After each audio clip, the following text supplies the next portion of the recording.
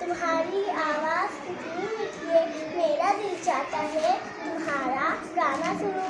कौवा अपनी दादी सुनकर खुशी से सुन गया।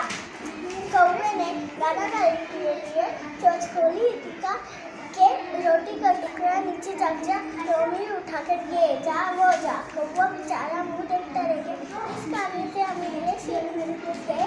शाम से